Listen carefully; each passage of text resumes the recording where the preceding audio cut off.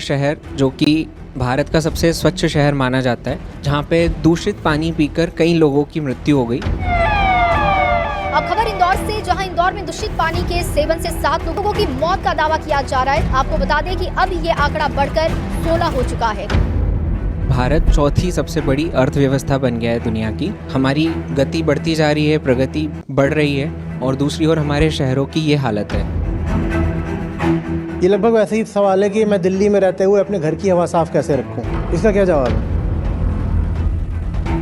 यद्यपि दुनिया में जो प्रदूषण है उसकी जिम्मेदारी गरीबों की नहीं है। कुल मिलाकर के दुनिया का भी जो प्रदूषण है वो अमीरों का ही फैलाया हुआ है। लेकिन अमीर फैलाता भले ही ये प्रदूषण, लेकिन बर्दाश्त नहीं करता। वो फैला लेगा प्रदूषण, पर वो अपने लिए जो सबसे एडवांस्ड कटिंग एज टेक्नोलॉजी का फिल्टर होगा, एयर प्यूरिफायर, वो लगवा लेगा। गरीब प्रदूषण फैला भी लेगा और झेल भी लेगा, खा लेगा, पी लेगा, कि उसके पास कोई विकल्प नहीं है। अमीर होने का मतलब ये नहीं है कि 100 को गरीब करके अमीर बने। अमीर होने का मतलब समझते हो क्या है? तुम्हें संख्या बल ही बढ़ाना पड़ेगा। ये लोकतंत्र है, यहाँ हर सर के पास एक वोट होता है। जब तक ये सरों की संख्या नहीं बढ़ाओगे कुछ नहीं होगा। प्रणाम आचार्य जी। हाल ही में रिपोर्ट्स के अनुसार जापान को पीछे छोड़कर भारत चौथी सबसे बड़ी अर्थव्यवस्था बन गया है दुनिया की। और दूसरी ओर हम देखते हैं इंदौर शहर जो कि भारत का सबसे स्वच्छ शहर माना जाता है, वहाँ पे हाल ही में अभी एक घटना हुई है जहाँ पे दूषित पानी पीकर कई लोगों की मृत्यु हो गई। उसमें 5 महीने तक के बच्चे भी शामिल थे। अब ये सुनकर बहुत बुरा लगता है क्योंकि वो मेरा शहर है, मैं हमेशा से रह रहा हूँ वहाँ पे। ये विरोधाभास हमें क्यों दिखता है कि हमारी गति बढ़ती जा रही है, प्रगति बढ़ रही है, और दूसरी ओर हमारे शहरों की ये हालत है? देखिए, एक देश के तौर पर हमारा जो कुल उत्पाद है, जीडीपी, सकल घरेलू उत्पाद, वो दुनिया में बढ़ता जाए, ये अच्छी बात है आंकड़े के तौर पर हमें याद रखना होगा कि वो इसलिए है क्योंकि हम 150 करोड़ लोग हैं। अगर भारत का जीडीपी दुनिया में आज चौथे नंबर पर है तो उसका कारण जनसंख्या है। जीडीपी क्या होता है? Per capita income multiplied by population. 2 चीज़ों को गुणा कर दें आप तो जीडीपी आता है। पर कैपिटा ले लीजिए, प्रति व्यक्ति आय, और उसको आपने किससे गुणा कर दिया? ये कितने लोग हैं, कितने व्यक्ति हैं, जनसंख्या। इन दोनों में जिसका ज़्यादा योगदान है हमारे जीडीपी में, वो जनसंख्या है। हमारी जो प्रति व्यक्ति आय है वो दुनिया में अभी भी हमको मिडिल इनकम में भी नहीं लाकर रखती। हम मिडिल इनकम से भी अभी ज़रा नीचे हैं प्रति व्यक्ति आय के संदर्भ में। और एक बात उसमें और भी है कि जीडीपी माने एक एग्रीगेट, माने एक योग, टोटल, जिसको बहुत बढ़ा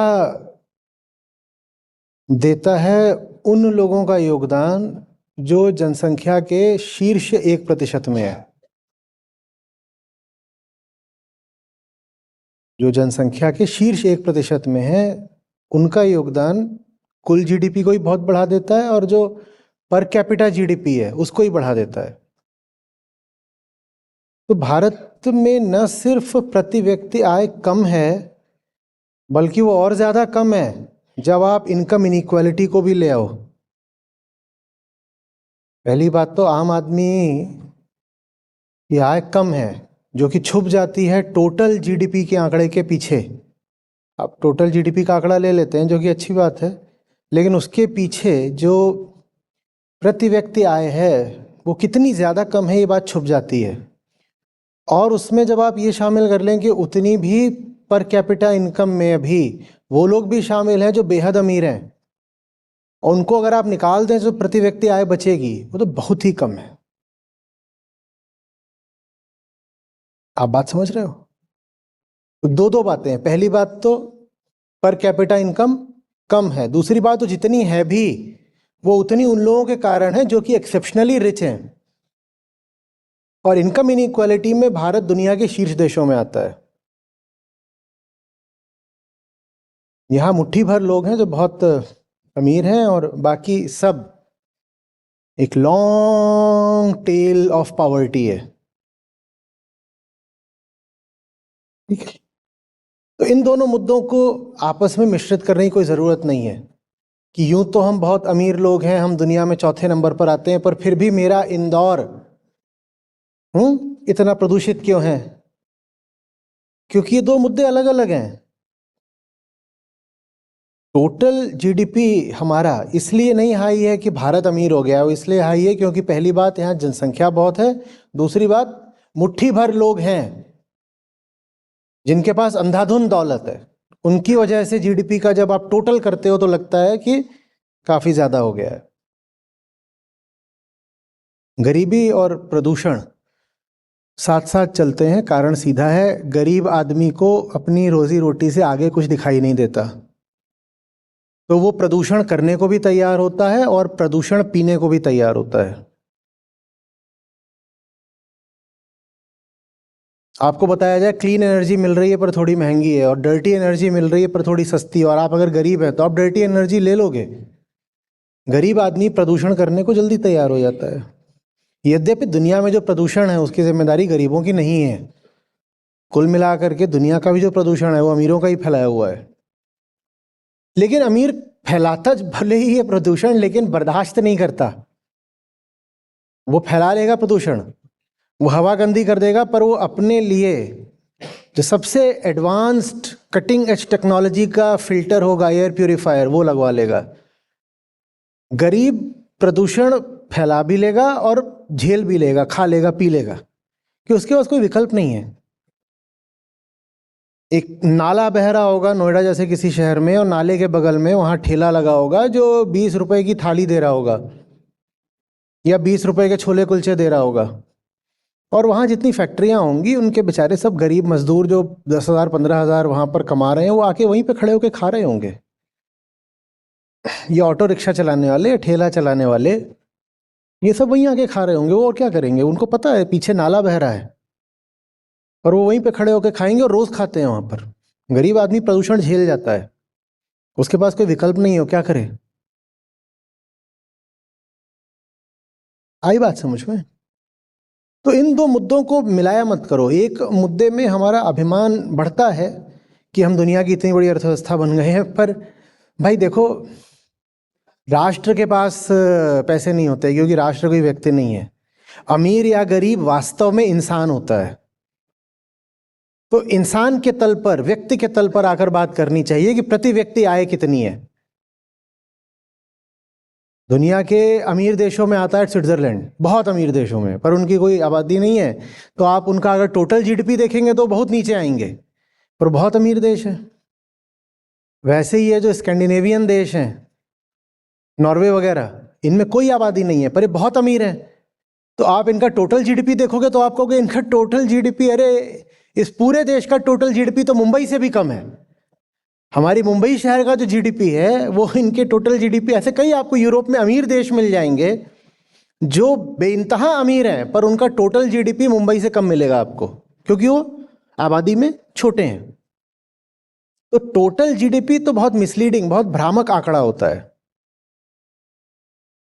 पर कैपिटा देखना होता है। वहां होती है असली गड़बड़। आ रही बात समझ में? इतने लोग हो जाएंगे, कैसे उनको गरिमा की जिंदगी मिल सकती है? कैसे? पृथ्वी पर साफ पानी इतने लोगों के लिए है ही नहीं,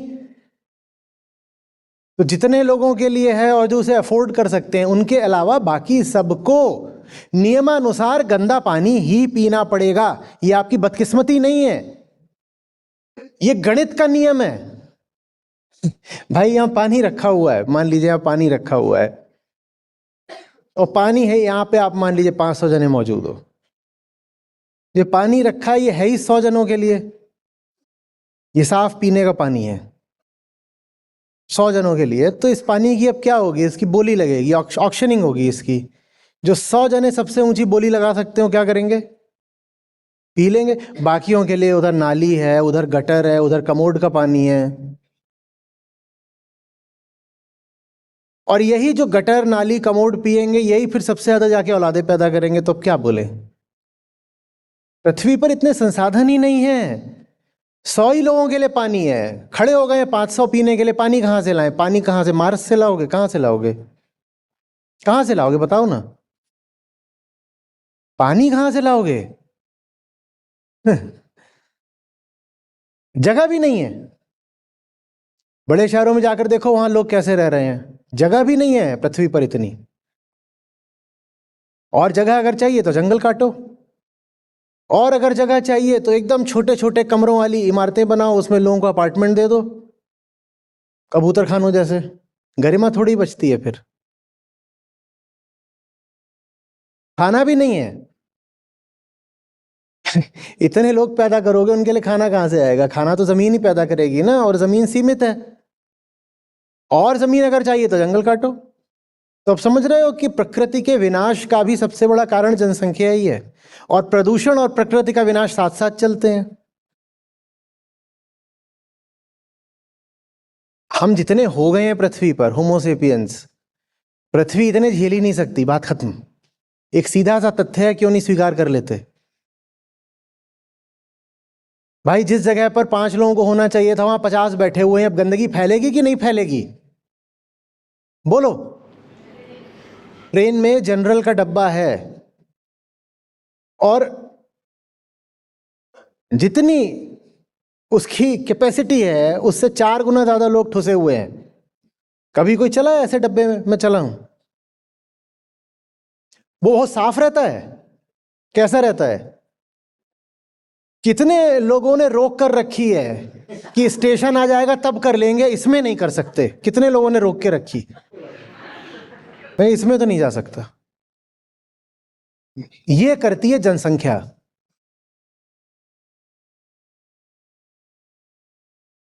ये जनसंख्या का काम है। कोई भी जगह जो आप कहते हो ना कितनी सुंदर है, कितनी साफ है, ओ माय गॉड, वो सिर्फ इसलिए क्योंकि वहां लोग नहीं है। यहाँ आप गोवा आए हो, यहाँ की आबादी बहुत कम है। जानते हो कुल इतनी आबादी है? गोवा की आबादी इतनी कम है कि जितनी आबादी है उतने हर साल यहाँ टूरिस्ट आते हैं। इतनी कम आबादी है, मेरे ख्याल 10 लाख के आसपास, बस इतनी।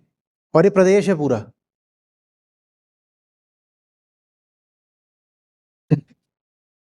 तो इसलिए सुंदर है गोवा। नहीं तो दिल्ली भी प्राकृतिक था कभी। आपको क्या लग रहा है, जब इंसान नहीं था तो दिल्ली कैसा था, या इंदौर कैसा था? बहुत खूबसूरत था। हर जगह पृथ्वी पर एक पर्यटन स्थल है। पृथ्वी पर कोई जगह ऐसी नहीं है जो खूबसूरत ना हो। हर जगह एक टूरिस्ट स्पॉट है, बशर्ते वहां इंसान ना हो।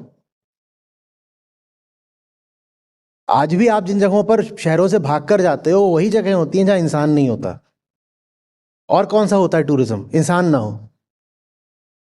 आपके पास पैसा बहुत आ जाता है तो आप जानते हो अपने लिए क्या खरीदते हो? स्पेस। स्पेस माने क्या? वहां मैं हूं और इंसान नहीं है। आप होटल में अपने लिए बड़ा कमरा ले पाते हो क्योंकि आपके पास पैसा आ गया है। उसका मतलब क्या है? यहां मैं हूं पर जनसंख्या नहीं है। आप बड़ी गाड़ी ले पाते हो, उसका मतलब क्या है? आप प्राइवेट ट्रांसपोर्ट में ट्रैवल करते हो, पब्लिक में नहीं। इसका मतलब क्या है? यहां मैं हूं पर जनसंख्या नहीं है। कुल मिलाकर आप पैसा भी इसीलिए कमाते हो ताकि आप रहो, जनसंख्या ना रहे। और गरीब को सजा ये मिलती है कि उसे जनसंख्या झेलनी पड़ती है, स्लम झेलना पड़ेगा। ये गरीबी की सजा है कि तुम जहां रहोगे वहीं 4 और खड़े होंगे, और वो 4 खड़े होते हैं वो सिर्फ आपके शरीर के आसपास नहीं होते, वो आपके मन में प्रवेश कर जाते हैं। ये और बड़ी सजा है।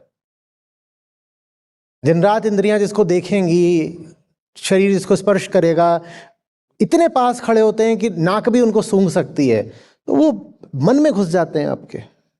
कोई आपकी निजता बचती नहीं, आपकी हस्ती ही नहीं बचती।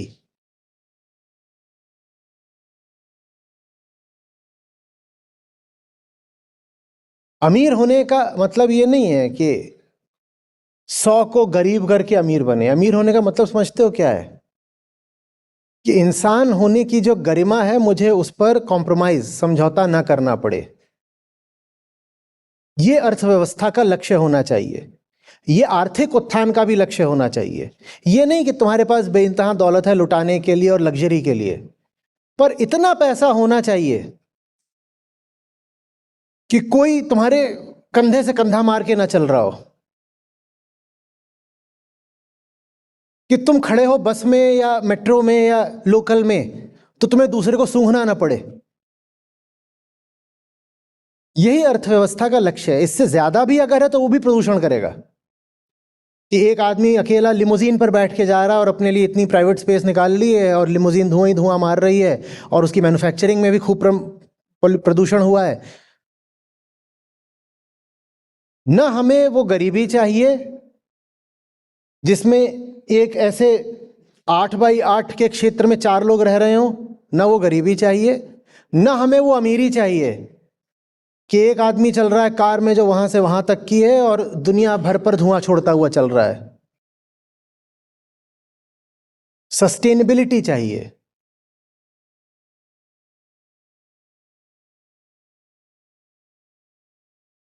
समझ में आ रही बात? अब गरीबी कायदे से खुद जनसंख्या पर रोक लगा दे, क्योंकि दिखेगा इंसान को कि पैदा कैसे करूं, यहां तो बच्चा ही नहीं, हम ही नहीं रह सकते, बच्चा क्या रहेगा। और 3 बच्चे पहले से यहां पर चाय चाय कर रहे हैं और एक चौथा कहां से आ जाएगा। तो गरीबी खुद अपने आप में एक तरह का समझो कॉन्ट्रसेप्टिव बन जाए। यदि मन तार्किक हो तो, यदि बुद्धि भ्रष्ट ना हो तो, क्योंकि ये बहुत सीधी बात हो जाएगी, स्पष्ट दिखाई देगी। न मेरे पास पैसे न तेरे पास पैसे, हम दोनों मिलकर बच्चे पैदा कर रहे हैं, पलेंगे कैसे? इतनी सीधी बात हो जाएगी। इसमें बहुत बुद्धि चाहिए क्या सोचने के लिए? बहुत सीधी सी बात है। पर बुद्धि तार्किक नहीं रह जाती लोकधर्म के प्रभाव में। अब हो जाता है कि मैं भी नाकारा, तू भी गरीब, पर बच्चा पैदा कर ले, ऊपर वाले ने भेजे, ऊपर वाला ही पालेगा। लोकधर्म जो गरीबी का प्रकट तथ्य है उसको भी दबा जाता है। प्रकट तथ्य है कि हम इतने गरीब हैं कि हमें बच्चा नहीं पैदा करना चाहिए, पर लोकधर्म की आड़ में, संस्कृति की आड़ में, नहीं नहीं बेटा आप पैदा कर दो, हम पाल देंगे। पर आप तो बुढ़े हो और आपको 2 हार्ट अटैक आ चुका है और आपको हाइपरटेंशन, डायबिटीज सब कुछ है, आप 1.5 साल में मर जाओगे, आप कैसे पालोगे? झूठ क्यों बोला? पहले तो माफी मांगो, या गारंटी करो, लिख के दो कि तुम कम से कम अभी 20 साल जियोगे। बुढ़ऊ मरने को तैयार हैं पर कह रहे हैं नहीं बेटा आप पैदा कर दो, पाल हम देंगे। तुम ना तो हमें पाल पाए ना खुद को पाल पाए, अब तुम ये तीसरी पीढ़ी को पालोगे। ये चीजें कर देती हैं बुद्धि को भ्रष्ट। नहीं तो गरीबी खुद ही जनसंख्या पर रोक लगा दे। फिर उल्टा क्या चलता है, गरीबी रोक इसलिए नहीं लगाती क्योंकि जो जितना गरीब होता है वो आमतौर पर उतना अशिक्षित भी होता है, और जो जितना अशिक्षित होता है वो लोकधर्म के चंगुल में उतनी जल्दी फंसता है।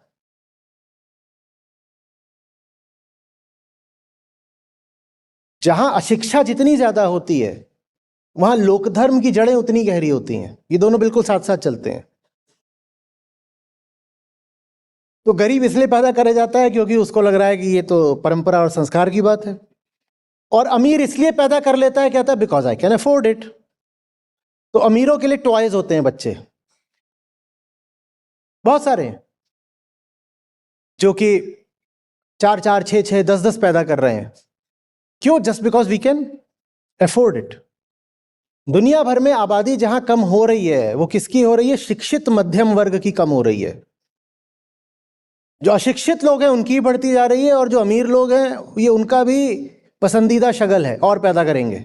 Celebrities, politicians, industrialists, actors, players, इनके खूब बच्चे होते हैं और कई कई बीवियां होती हैं। क्योंकि वी कैन अफोर्ड इट।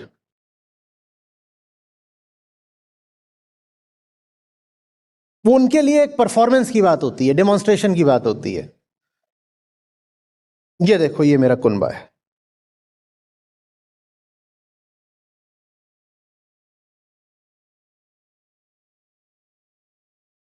बात आ रही है समझ में?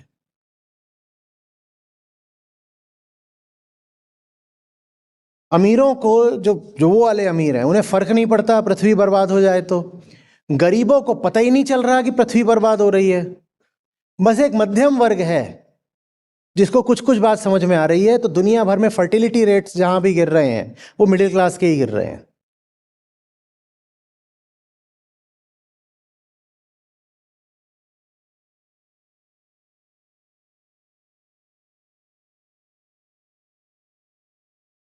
मिडिल क्लास बनती कैसे है? मिडिल क्लास बनती है गरीबों में शिक्षा के आने से। चीन ने खड़ी करी है एक जबरदस्त मिडिल क्लास। 1980 के आसपास भारत और चीन की मिडिल क्लास, मध्यम वर्ग, लगभग एक आकार की थी। आज चीन की जो मिडिल क्लास है वो भारत से कई गुना बड़ी है संख्या में।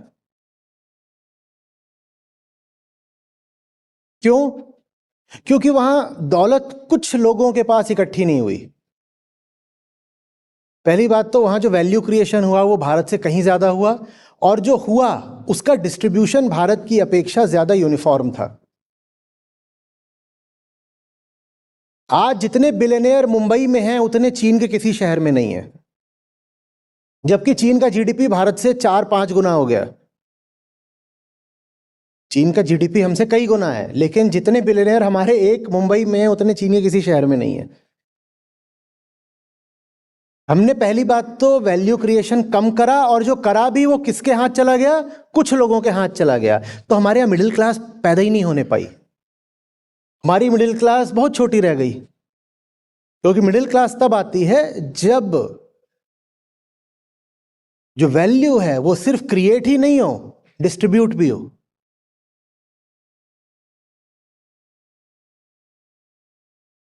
और जनसंख्या रोकने का काम कौन करता है? Middle class. और भारत में मिडिल क्लास छोटी, चीन की मिडिल क्लास बड़ी, तो इसीलिए भारत की जनसंख्या चीन से आगे निकल गई।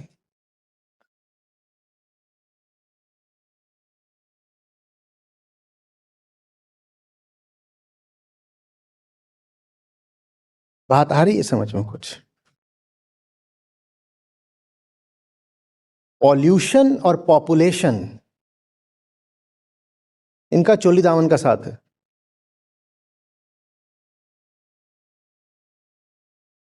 तुम्हें बहुत कम जगह मिलेंगी जहां पॉपुलेशन नहीं है पर पॉल्यूशन है, खोजनी पड़ेंगी।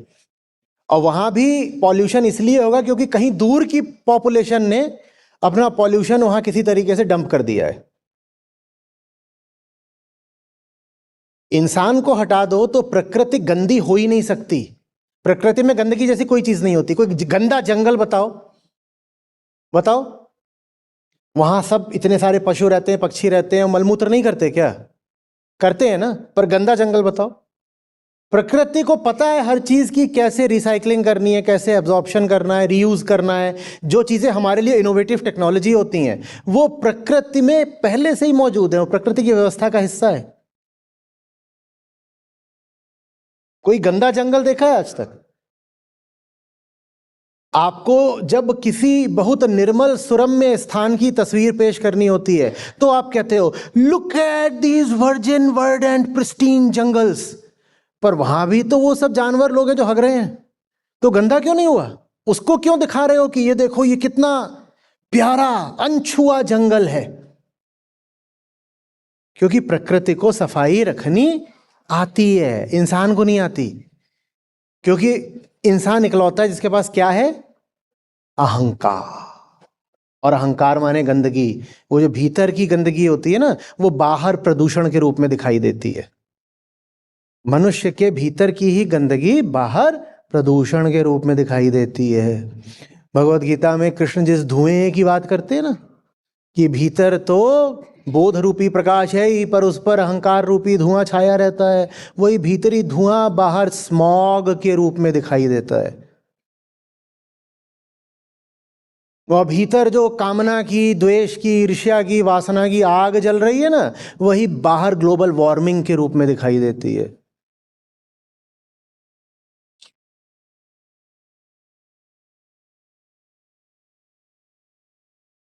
बात आ रही है समझ में? और भीतर जो कामनाओं का प्रवाह है ना, अभी ये वो बह रही हैं, ये चाहिए वो चाहिए लगातार, वही बाहर नदियों की गंदगी के रूप में दिखाई देता है। प्रकृति में गंदगी नहीं होती।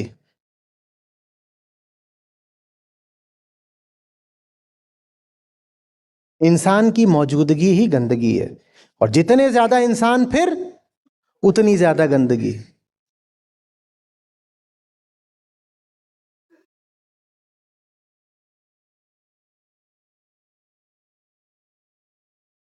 आ रही बात समझ में?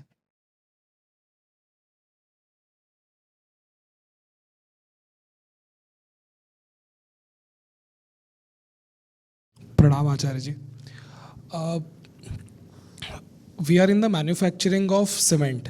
तो अभी आपने जैसा बताया बॉटम लाइन के बारे में, I was able to relate a lot. तो हम लोग भी जिस तरीके से सीमेंट कंजम्पशन अगर 10% 15% बढ़ रहा है साल ब साल, तो हम भी चाहते हैं कि बॉटम लाइन हमारा 15%, अगर मार्केट बढ़ रहा है तो 20% से बढ़े।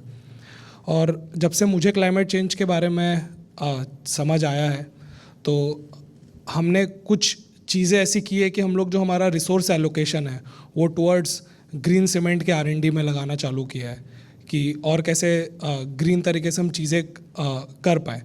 पर अभी जब आप बोल रहे हैं तो मुझे उस चीज़ पे भी सवाल आ रहा है कि हम क्या इस इंडस्ट्री में भी रहना चाहिए, नहीं रहना चाहिए, कि इसके अलावा कुछ और करना चाहिए, कि जो हम लोग का बॉटम लाइन है रिसोर्स है उसको कहाँ एलोकेट करना चाहिए। तो इसमें स्पष्ट डायरेक्शन नहीं मिल पा रहा है सोचने के लिए। देखो, तुम बहुत लोकल लेवल पर कोई ट्रीटमेंट चाह रहे हो। जो प्रॉब्लम यूनिवर्सल सेट की है उसको किसी सबसेट के अंदर ट्रीट नहीं करा जा सकता ना। अगर यूनिवर्सल सेट की डेफिनेशन में ही नॉनसेंस शामिल है तो उस यूनिवर्सल सेट का कोई भी सबसेट होगा उसमें क्या होगी? नॉनसेंस होगी। अब आप चाह रहे हो कि मेरा जो सबसेट है छोटा सा, सीमेंट इंडस्ट्री, या जो मेरी पर्टिकुलर सीमेंट प्रोड्यूसिंग यूनिट है, उसमें मैं क्या करूं? कुछ नहीं हो सकता। ये लगभग वैसे ही सवाल है कि मैं दिल्ली में रहते हुए अपने घर की हवा साफ कैसे रखूं। इसका क्या जवाब है? मैं दिल्ली में रहते हुए अपने घर भी नहीं, अपने बाथरूम की हवा कैसे साफ रखूं? क्या जवाब है? कोई जवाब नहीं है। एक ही जवाब है, संख्या बल बढ़ाओ। क्या हमारे पास टेक्नोलॉजी नहीं है किसी भी प्रोडक्ट को इकोलॉजिकली सस्टेनेबल वे में बनाने की? बिल्कुल है। But are we prepare to pay the price? No.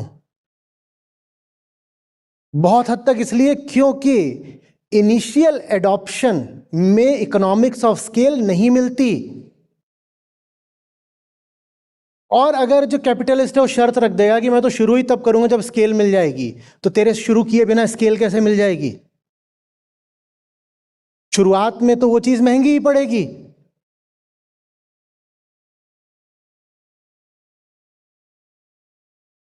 संख्या बल बढ़ाए बिना काम नहीं बनेगा। जब लोग ऐसे हो जाएंगे ना कि सीमेंट की बोरी पर पूछेंगे कि इस बोरी का कार्बन फुटप्रिंट बताओ, पहले लिखा होगा जब उस पर। वैसे मैंने जूते देखे जिन जूतों पे अब लिखा होता है कि इस जूते को बनाने में कितने किलो CO2 एमिट हुआ। वैसे सीमेंट की बोरी पे जब लिखा होगा, और वो एक कॉम्पिटिटिव एडवांटेज बन जाएगा कि साहब इस सीमेंट की बोरी का सबसे कम है कार्बन फुटप्रिंट, तो ये ज्यादा बिक रही है। उस दिन ये सब इंडस्ट्री वाले ठीक हो जाएंगे, लेकिन उसके लिए आपको संख्या बल चाहिए। और जब संख्या बल होगा तो आप सरकार भी ऐसी बना लोगे कि जिस बोरी का सबसे कम कार्बन फुटप्रिंट है वो सब्सिडाइज भी हो जाएगी। वो सब्सिडाइज भले ना हो, जो दूसरी वाली होगी उस पर ग्रीन टैक्स लगेगा। उस दिन हो जाएगा। आप नहीं समझ रहे हो, आप बस अपने लोकलाइज्ड एनवायरनमेंट में सॉल्यूशन लेने आ जाते हो। दुनिया ऐसी चल रही है वैसी चले, बताइए मैं क्या करूं? कुछ नहीं हो सकता। तुम्हें संख्या बल ही बढ़ाना पड़ेगा। ये लोकतंत्र है, यहां हर सर के पास एक वोट होता है। जब तक ये सरों की संख्या नहीं बढ़ाओगे कुछ नहीं होगा।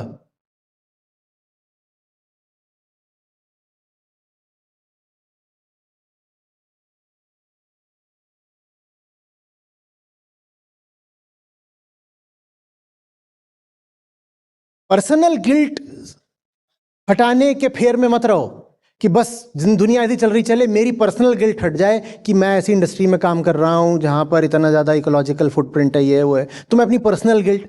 पर्सनल का खेल नहीं है भाई, पर्सनल गया भाड़ में, यहाँ पूरी पृथ्वी की बात है। यहाँ हम ये कोशिश नहीं कर रहे हैं कि आपको व्यक्तिगत तौर पर आपको निजी ग्लानि से मुक्ति मिल जाए। आपकी निजी जिंदगी में जो चल रहा है चले। हम यहाँ बात कर रहे हैं पृथ्वी की करोड़ों प्रजातियों की और पूरी जनसंख्या की और आने वाली पीढ़ियों की। लेकिन आप बहुत लोकलाइज सवाल पूछते हो हमेशा। मुझे मेरे कॉन्टेक्स्ट में बता दो कि मैं क्या करूं ताकि मुझे गिल्ट ना रहे।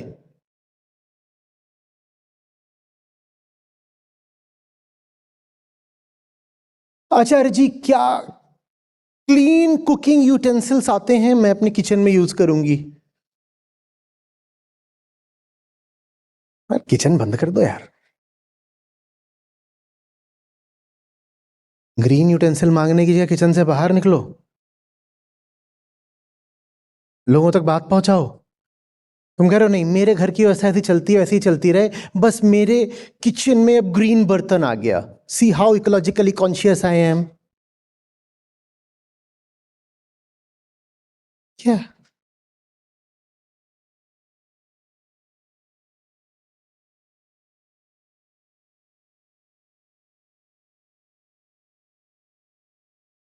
let us all do our best at our little petty levels. नहीं, ऐसे नहीं होगा। Remaining within your narrow domain, you cannot do anything. फिर बोल रहा हूं कि हम सबको अपने अपने घर का AQI कम करना चाहिए। क्या कैसी बातें कर रहे हो?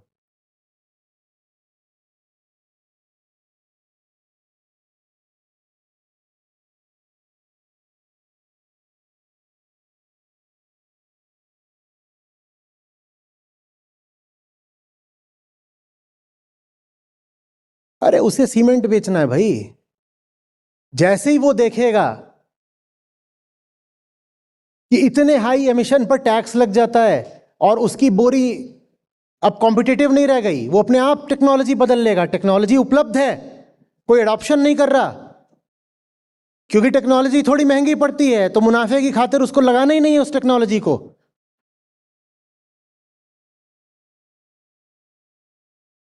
बॉटलनेक टेक्नोलॉजी नहीं है, बॉटलनेक मास कॉन्शियसनेस है। ये बात समझो। कार्बन डाइऑक्साइड का एमिशन कम हो, कुल इतना सा खेल है। ये कोई बहुत बड़ा साइंटिफिक या टेक चैलेंज है ही नहीं। कार्बन डाइऑक्साइड बहुत साधारण सी गैस, उसको आप एमिट कर रहे हो, उसको रोकना है, बस इतना है, इतना है। ये कोई बहुत बड़ा टेक चैलेंज है ना? चैलेंज टेक्नोलॉजी नहीं है, चैलेंज मास अनकॉन्शियसनेस है। आम आदमी बेहोश है, आम आदमी ने कह दिया ये वाला सीमेंट नहीं लेंगे भाई, तुम फालतू नदी खराब कर रहे हो, तुम पानी गंदा कर रहे हो, तुम्हारा वाला नहीं लिया जाएगा। और ये सब हम चाहते हैं कि रेगुलेशन बने, ये सब लिखा होना चाहिए तुम्हारे प्रोडक्ट पर कि तुम्हारा एनवायरमेंटल फुटप्रिंट कितना है, सब लिखा होना चाहिए। ये सब होगा, आम आदमी ये बोल दे, सब संट हो जाएगा मामला।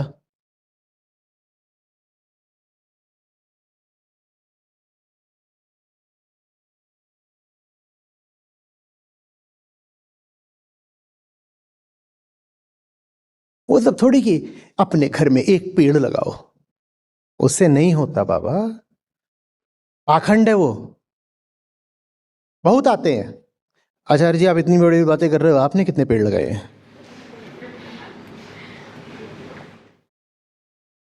मैंने पेड़ तो नहीं लगाए पर मूर्ख उखाड़े हैं बहुत सारे।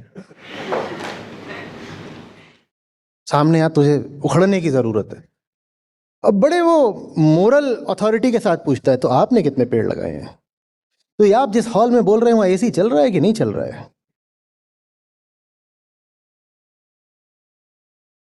इन्वायरमेंटल क्राइसिस इन मूर्खों का नतीजा है।